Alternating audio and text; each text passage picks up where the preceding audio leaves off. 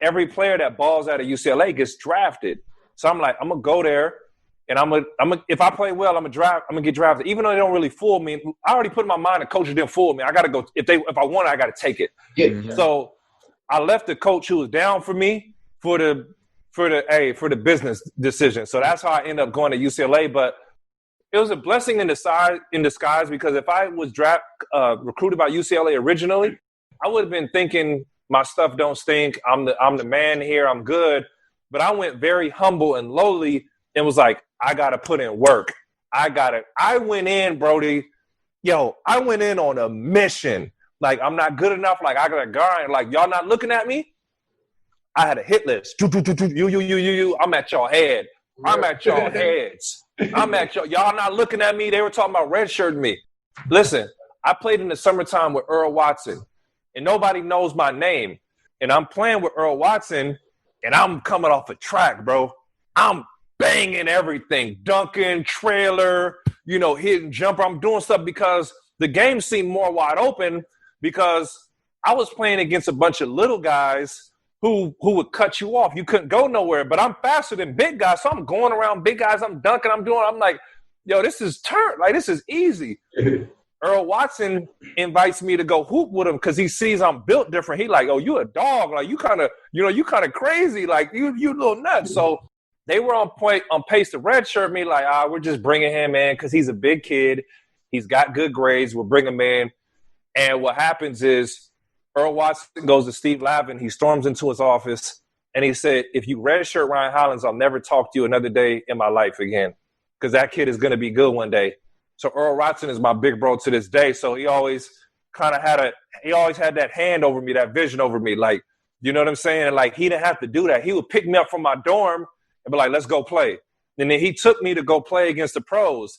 I go into a gym, bro. It's Baron Davis, Paul Pierce, everybody, Joe Johnson, like everybody's in the gym, bro. Antoine Walker, like Quentin Richardson is crazy. And I remember, like, bro, I was young, athletic. They didn't know me. I'm banging on cats, bro. They like, yo, who is young boy? Like, he gonna be all right. Like, but Earl introduced me to those scenarios because he saw where my mindset was. So, and then he was such a hog. People don't know Earl Watson will work out 3-4 times in one day. Word. Mindset. Definitely mindset. So Ryan, talk about, you mentioned you get taken, 50th overall, but I remember like there was a point in time like you were talked about as like you could have gone as high as like top 15, top 20, and talk about, that draft process and then, how it felt when you heard, that you got drafted. A lot of people don't know that, bro. I made the under 19 team, so which meant I was on pace to be one of the Olympic guys or NBA guys or whatever.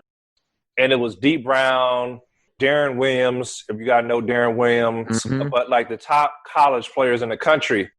And when I went to play, I came off a track, so nobody really knew me. So when I first went, I literally came off of my freshman year running track, and I was a little wobbly. I get my feet under me, and I'm banging on cats. I'm 1 year removed from John Muir High School, not even supposed to be playing at UCLA, supposed to be redshirting. That same summer, I'm playing with all these dudes like on the NBA draft boards. I'm running and they're like, and I'm playing with I've never had a real point guard. Darren Williams was nice. Deep Brown, I had real point guards. So, bro, they're dropping me passes to where it was like, just go be athletic.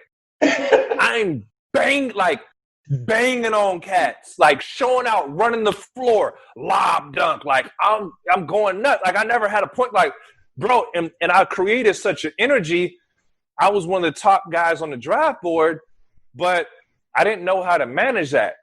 I didn't know anything about going to the league at that time. I didn't know, like, oh, you're supposed to go to the league now? Like, I was like, bro, I just got to this scenario. So my coach Ben Hallen comes. He's new on campus because my first coach got fired. And he pulls up this draft board and it's like, hey, you see where you on the draft board? You know what that means? I'm like, oh, I didn't even know that. Like, that's crazy. Like, dang, that's news to me. I didn't even know I was supposed to be there. And long story short, I was a young knucklehead at the time, but Ben Howland wanted to get all the Lavins players out of there. And it was like a tug of war. So whatever it is, we start bumping heads. Next thing you know, I'm benched. So, it was a real strained relationship because I felt like he knew that I was so high on the draft boards, and then he was putting me on the bench, or he didn't – like we never sat down and had a conversation. Now as professionals, you learn to get on the same page with coach, break bread with him. But then I really had a beef or had a problem. I was handling things wrong, and I felt like I know he handled things wrong as a coach because at the end of the day, I'm a young man, and your career – I'm putting my career, the way I'm going to feed my family for the next years, in your hands. So you had an obligation to get on the same page with me also. So it was tough times. But senior year, I was like, yo, bump all that. I'm about to figure it out. Tell us a little bit about that time in the Final Four, bro. I know that was just explain to us just how the experience was and just relive a moment for us from it.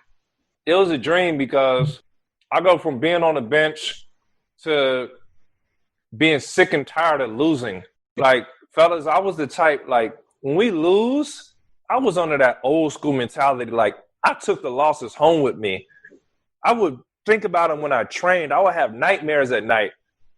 My senior year, I was like, I'm not losing no more. I've been through the mad phase. I've been through the upset phase. I've been through the phase where I'm trying too hard. I've been to the phase. So I was like, listen, I'm going to maximize every single possession that I have. If I need to chase the rebound, I chase the rebound. If I need to get a block shot, I get a block shot. If I need to hit my free throws, I'm going to hit every single – I'm going to control the controllables. Sure. And the uncontrollables got to go. Sure. And I don't care what – I'm not talking about coach hating on me. I'm not talking about my teammates hating on me. I'm going to be the best me that I can be. Mm-hmm. I got tunnel vision on doing my job. And we go to make a run. And I would say on that run, the most storied game, we come back from – Gonzaga at the half down 17, and they have Adam Morrison, who at that time in my mind was the best. I remember that. Adam was the best player in the country. He was we walked him down. We walked them down and beat them. And their team, when you walk down certain teams, you're like, oh, they're all over the place. They're going to give the game up. Just stay solid. They were solid. They didn't give nothing up. They took care of the ball. They hit free throws, but we walked them down. So we go to the Final Four. We play Florida. Before Florida, we play LSU. And what's crazy is no one cares about the final. If you win a game at the Final Four, it's the most nonsense victory ever because you just get grouped in that you went to the Final Four. Nobody's like, you actually won. Yeah. Big Baby and Tyrus Thomas were on the team. And we were watching film. We felt like they were out of shape. They were talented, but they were out of shape. So we just put them in pick and rolls. We ran them. When we knew they were going to go zone, we ran a lob play. I banged on Tyrus. And those guys, they were talented, but it was like, yo, if we're just disciplined, we're going to beat them. We're going to beat them because they just rely on being athletic. So we beat them. And then when we ran into Florida, Florida was one of the best college basketball teams you'll see because people don't know they had, I think I would say arguably 8 professionals on the team. Mm-hmm. You had Mo Spates was on the bench, and Mo Spates didn't even play. Chris Richards got drafted. All them dudes got drafted. And, Joe Kim and Al Horford, they would rebound. They would get dirty. They would have post moves. They would play the point. They'll get the ball and run the point. So my coach is talking about shot fake up and under, don't dribble. And I'm playing against a guy running the point. So it was like I was so frustrated because I was like, I'm trying to do things in my mind to score against them that I wasn't taught how to do. But if I had been taught how to do it, I would have been killing them. But at the same time, I'm like, these guys are just more skilled and more trained than me. But I'm like, you can feel like I'm shooting. For instance, I'm shooting my hook shot against Joe Kim, and I'm showing him the ball. So he's blocking my hook shot versus shooting my hook shot out here where he can't block it. I'm jumping over this guy, but I'm giving him the ball. You know what I'm saying? That was one of the greatest teams because they transitioned, they fast break, they shared the ball, they shot the heck out of it, and they were well disciplined. Versatility. It really helps. Sometimes, I used to be a basketball player, and sometimes this is what I think about though, Ryan.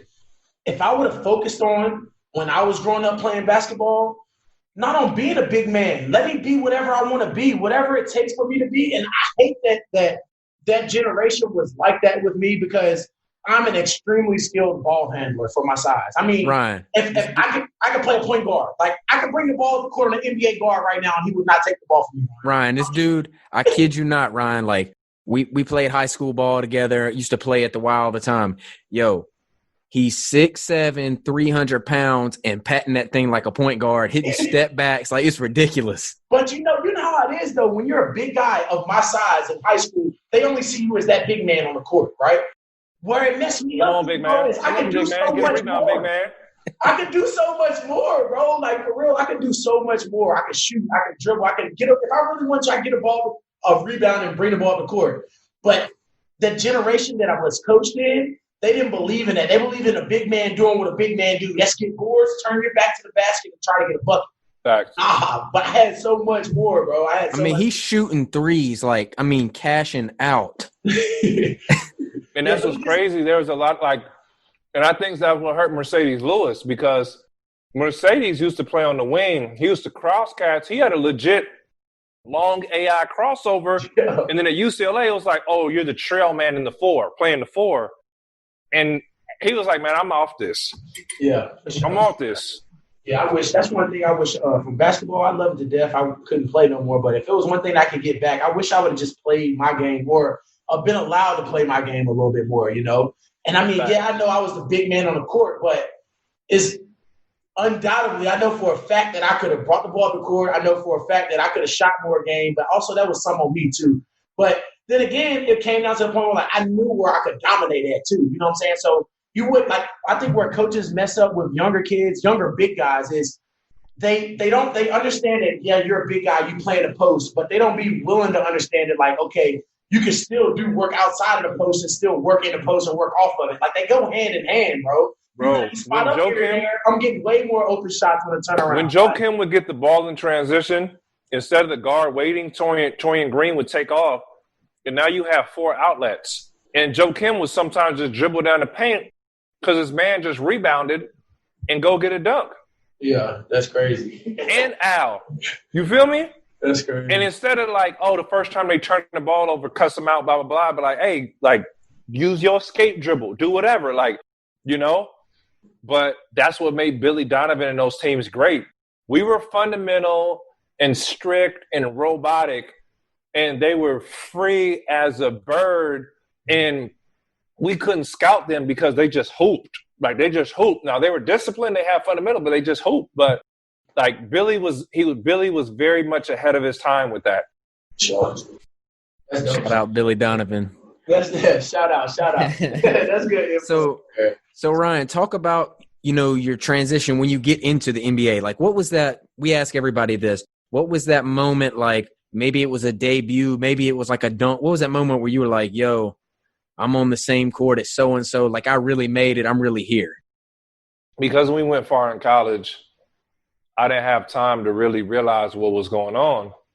Since we made it to the championship game, literally that next Monday, I got in the gym with Rico Hines, who trained Pascal Siakam, Kevin Durant, all these boys. Now Rico's just now blowing up, but he has all those runs out there. I know who he is now. I know who you're talking about. I know Rico was the first one. I was one of his first guys 14 years ago training. Word. So he trained me, and we get in the gym, and I never had time to appreciate what happened. It was get straight to work. Next task, next one.